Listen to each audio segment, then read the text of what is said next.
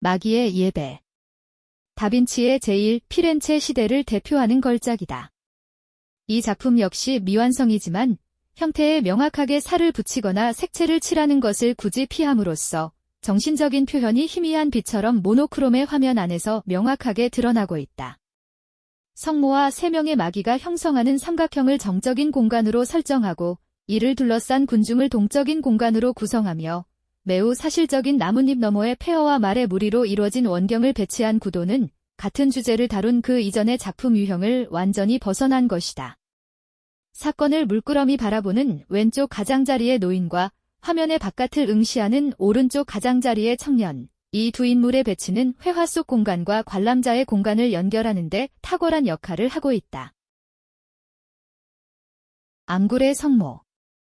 이 작품은 밀라노의 교회 재단화의 중앙 판넬로 그려진 것으로 어린 그리스도와 어린 성 요한이 이집트에서 돌아오는 도중 사막에서 만났다는 전설을 바탕으로 하고 있다. 거의 같은 구성을 가진 또 다른 그림, 도판 27이 있으나 이 작품이 오리지널이라는 점은 거의 확실하다고 여겨진다. 그런데 암굴로 둘러싸인 이 공간 전체가 마치 자궁처럼 보인다.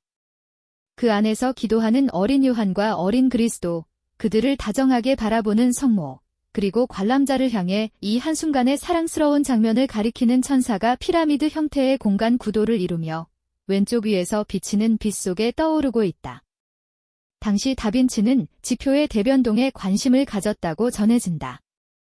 자궁 같은 동굴 안에서 펼쳐지는 인간 드라마와 지구라는 물질 세계의 신비기 둘이 다빈치의 내면에서는 같은 본질로 융합되어 있었던 것은 아닐까?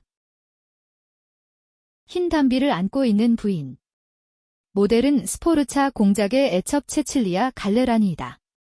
흰 담비는 스포르차 가문의 문장 중 하나라고 한다. 몸을 비틀고 있는 흰 담비를 누르고 있는 이상하게 큰 손은 이 여성의 어딘가 마녀 같은 성격을 암시하는 듯 보인다. 머리를 단단히 조이고 투명한 눈동자를 크게 뜬 굳은 표정에서는 냉소적인 듯한 아름다움이 느껴진다. 검은 배경 속에서 빛을 받아 떠오른 이 여인은 마치 요정 같다. 푸른 드레스 아래로 붉은 옷이 살짝 보이는 것은 성모 마리아를 암시하고 있는 것이 아닐까? 모나리자, 도판 26.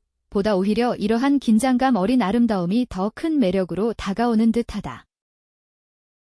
마돈나 리타. 밀라노의 리타 후작이 소장하고 있었기 때문에 이렇게 불린다. 색다른 성모자 상이다. 가슴을 드러내고 있는 성모도 특이하지만 그에 매달려 이쪽을 바라보는 어린 그리스도 역시 이상한 인상이다. 어린 예수를 물끄러미 바라보는 성모는 상냥한 표정을 짓고 있지만 오히려 그만큼 전체적인 불균형이 오싹한 느낌까지 들게 한다. 이 역시 다빈치의 작품인지 아닌지를 두고 논쟁이 있는 그림이다. 어떤 설에 따르면 1480년경에 그리기 시작해 미완성 상태로 밀라노로 가져간 것이며 1495년에 밀라노의 또 다른 화가 암브로조 데 프레디스가 손질을 했고 19세기에 나무 패널에서 캔버스로 옮겨졌다고 한다. 어느 음악가의 초상.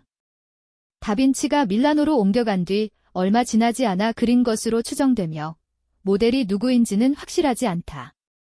암굴의 성모, 도판 17의 천사 얼굴과 꼭 닮았다는 말이 있어 자세히 보면 확실히 그러한데 미목이 수려한 이 청년의 얼굴에는 남자 속에서 여자를, 여자 속에서 남자를 발견해내던 이 화가의 양성 부유자에 대한 동경이 그림자처럼 드리워져 있는지도 모른다.